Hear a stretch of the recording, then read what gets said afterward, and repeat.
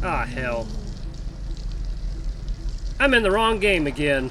Hey guys and gals, Nary here from Prequel Gaming. So me on Twitter, the Gaming Drag. Today I'm coming at you with a new Let's Play Echo series on Route 65. This is a prequel of sorts, so oh Lord knows the horrible things we're gonna run into in this. Anyway, hope y'all enjoy. Let's go ahead and jump right back into the madness, shall we? Alarm chain, you are up, and let's go, girl.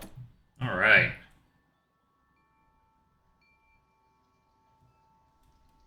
There was a very singular echo in this ravine. The rattling of wagons resembled carpenters hammering at board inside the highest rocks. The report of a rifle resembled the sharp crack of thunder and echoes from rock to rock.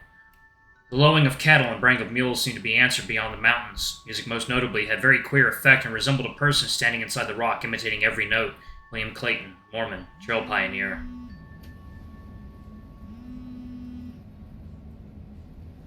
Call from Mom. Answer. No. No. God, I can't deal with this right now. I stare at the screen, letting my phone vibrate till it stops. I'll try to make up an excuse that it was on silent later. I had been a cringing, flustered mess since this morning. School and geometry tests had kept me only slightly distracted. With the call as a reminder, I feel a welling of sensation around my eyes and my vision blurs. I suck in my cheeks before exuding a shaky exhale. Nothing will ever be the same anymore. My parents won't seem as normal anymore. All because I was daft enough to try to rub one out on the computer before the bus came this morning. I thought they were at work. Mom's usually out by 5 and Dad by 6. They took the day off on account of their anniversary. So not only did they catch me pants down, prick in hand, but also found out I was gay in one fell swoop of headphone-induced lack of spatial awareness. I heard Mom scream. I was so irritated, I was so startled. I jumped, my headphones coming unplugged from my laptop, blasting Fox Stallion Born on full blast. Just when Dad came running in. Her mom turned, went to her room, locked the door, and I didn't see her again before I left. Dad, meanwhile, was sort of laughing nervously before I took off to my bus stop, but I could tell from his face that this was beyond awkward for him. I couldn't bring myself to words. I just pulled up my shorts and ran to my bus stop. All throughout the day, I thought of coming home and having to face the shame was like being dunked in ice water. Each mile we travel closer to Echo increases that feeling of inevitable awfulness. I try to go over excuses in my head. Could maybe attempt to convince them that it was straight porn. Both the guys in the video had pretty visible beard scruff, though. I rubbed my eyes. I thought of trying to figure out what all my folks saw on the screen makes me want to retch. Well, I could say it was a virus that took control of my browser window, and it was so startling a prospect that I didn't have time to fully put on my shorts. And the erection was unrelated. Fuck! I peeked through my pause at my phone screen, the symbol for a missed voicemail having appeared up top. Look, man, if your parents are going to be in denial about that, then you can probably make up any excuse, and they'll buy it. I gripped my teeth in extreme apprehension, turning the screen off and shoving my phone back into my pocket, taking a moment to recombobulate and look around. The bus is pretty empty besides me, the bus driver, who has been trying to get the radio to work the whole ride, and Carl in the seat adjacent to me.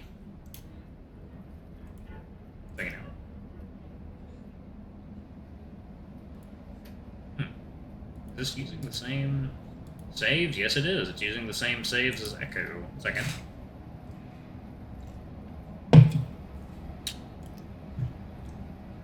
Carl, as usual, has his earbuds in with his expensive handheld out, playing some Japanese tactics RPG.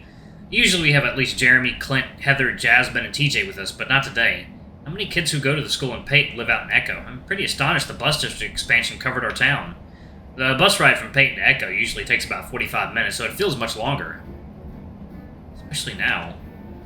2008, November 1st. The Day of the Dead. What was that? Yeah! The Ram looks up from his game to the source of the music, slightly furrow-browed. Our bus driver grins back at him through the rear mirror in a self-satisfied fashion, her gummy Cheshire maw on full yet brief display. Realizing that she is looking back at him, Carl grunts, hunching up his shoulders a bit. Karen, why? He lets out a brief chortle. Well, seeing as I only have you two along with me today, I thought I'd put on some tunes, make your collar a little blue. Carl begrudgingly pauses his game, pulling out his earbuds and letting them hang over his horns. It was still weird seeing him like this. Around age 14, his horns developed a lot. He complained about headaches and neck strain constantly. He told me he had to see a chiropractor in a state over because his horns were so big and his neck muscles hadn't developed enough to support them. Even now, a year later, he still sits with a sort of low, hunched posture. I'm plenty blue-collared, yeah, I live in Echo. So I'm gonna have to do lighter voices for them because they're younger. She snarks again. Boy, I have seen the size of your manor. No, you ain't. Never would have expected a sort like you to be so pomp and yachty-blooded. Carl doesn't say anything. His emerald gaze shifts some to the seat in front of him. Karen takes a glug from her soda bottle with her free hand, the other steering us through an on-ramp onto the freeway. A spa day would have just 1 hour of your daddy's income. I feel bad for whoever works mani-pedi that shift. She holds up her calloused right hand, her claws rather stubbed, even for a fox's standard. When I'm not driving you squirts, I do a road crew for the public works. Ain't your average mom, eh? She gesticulates with a swirling motion as she speaks and lets her hand hang limply on the steering wheel.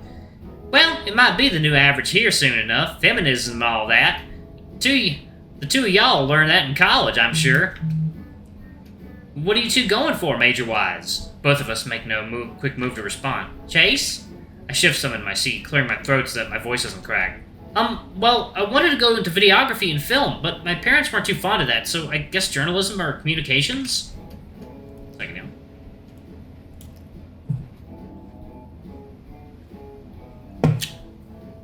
Alright. Ah! Karen responds so abruptly that it makes me wonder if I said something wrong. Well, my nephew got one of them communication degrees from North Mountain State. Oh? How'd that go? Ended up being a $60,000 piece of paper that earns him $13.25 an hour fixing old farts like us computers out of some big box establishment.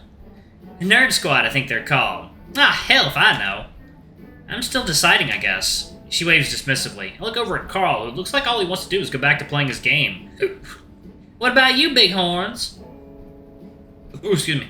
Carl blinks some at the casual speciesism. Ooh, excuse me. And scratches the back of his neck.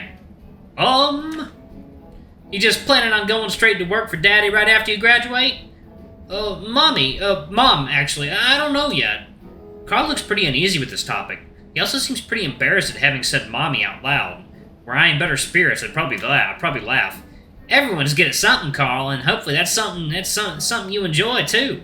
You're always quiet with your nose in that little device of yours playing games. Maybe that's your future career, something techie. Admittedly, Leo is usually the one who is most handy with fixing our tech stuff. Carl isn't even the best at video games. That title belongs to Jazz. Carl is quiet for a bit, tugging on the strings of his hoodie. I don't know. Looking out the window, I see the sun is setting as we get within 10 or so miles of Echo. We pass the old abandoned water park, which I heard closed shortly after the bypass was built and all of its passers-by traffic was lost. I think for a moment I see what looks like some figures in the drained pool, though when I try to squint I don't see them anymore. Oh. You know, I was around when that place shut down. I startled some, not realizing I was being watched. Both times, actually. Once in the 60s, then again in the 80s when it reopened for a year. It was during the era of big government giving out big old water project constructions to the state for pennies.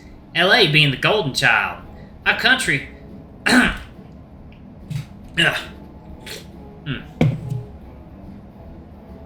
Dry throat. Our county, as you two squirts are aware, did not become the next Orange County. Spoilers, as my son Keith used to say. Oh, Keith's mom, okay. She lets out an amused grunt before stirring up some. A lot of folks lost their jobs. It was like a little Great Depression in the middle of Mormon land. Echo has been going to tits for generations, though. Not the good sort of tits, either. The real ugly ones, like those that what's-her-name wields. Mrs. Tethers. Yeah, her. I'm taken off guard at that comment. Mrs. Tethers is a particularly nasty history teacher at PHS who is known for not being too keen on vulpines. She does have a kind of a lopsided pair. Anyway, it's a right shame. By the time you kiddies are having kiddies themselves, this town will be a feast for termites. Well, maybe not that manner.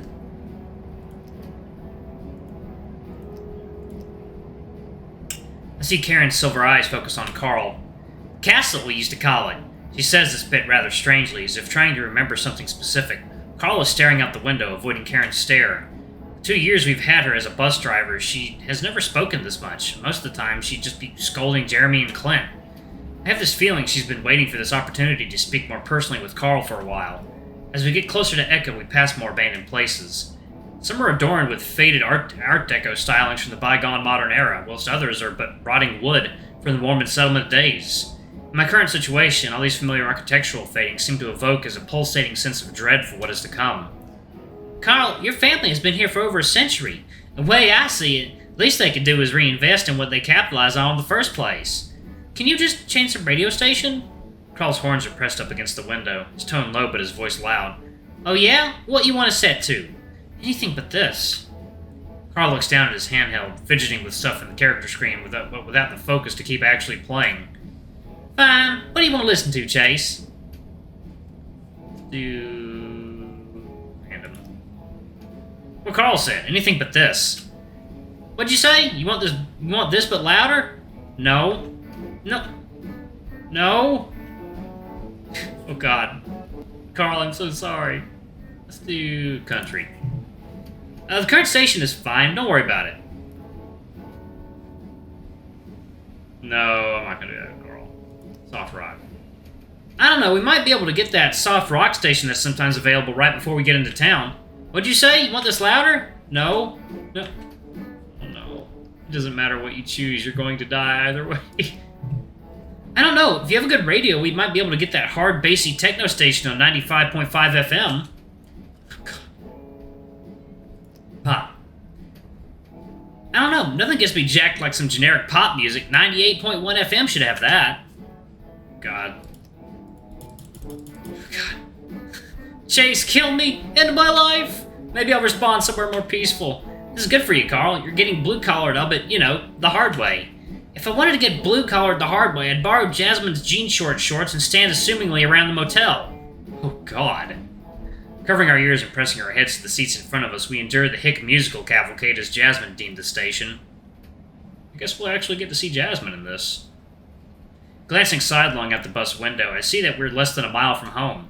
My paw pads start to feel clammy, and I clutch my knees tight. It's fortunate that Carl is currently occupied with burying his muzzle into the faux leather of the seat in front of him as I begin to tremble. Part of me actually wants him to see. I know it's just stalling for the inevitable, but I want to talk to someone, anyone, about all this. This is a small town, and whoever I speak to will know that I like guys, and I'll have to deal with them knowing that fact every day till college.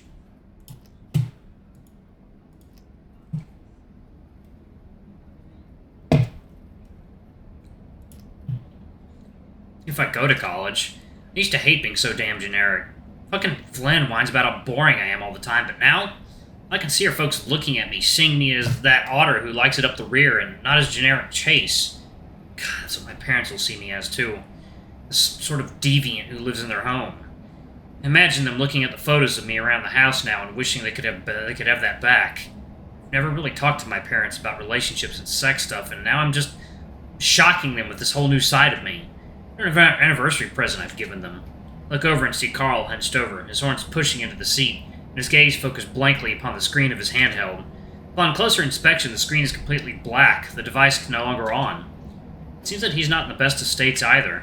I swallow, debating disturbing him. Carl might be my best friend, but we don't really have deep talks, especially since the lake incident. Maybe I could text someone. I slide my phone out of my pocket, staring at the black screen much like Carl is now. I realize when I get home, my parents are probably going to demand to see my phone and messages, so I'll have to remember to delete them. I try to imagine how each one of my friends would react, but this is honestly foreign ground, only alluded to in the treated insults and jokes. Flynn especially. The lizard drops the word faggot in every other sentence as of late, though I think he just chooses it for maximum edginess. Jasmine, on the other hand, might be the most supportive of this sort of thing. However, she wasn't at school today. I eavesdropped Flynn mentioning something about issues with her parents and Jeremy to Leo, but I couldn't make out the specifics. Jasmine. Yep.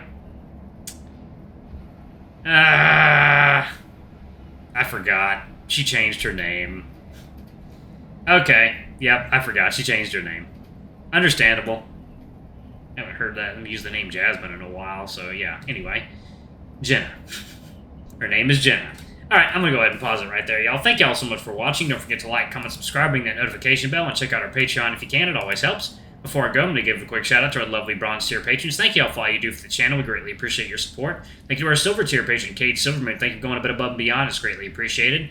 And if y'all want to get your names in the credits, get access to not safe for work content as little as $5. And just to let y'all know, our Broken Harbors video is now up on our Discord. It's as little as $5 to get permanent access. It is over an hour long.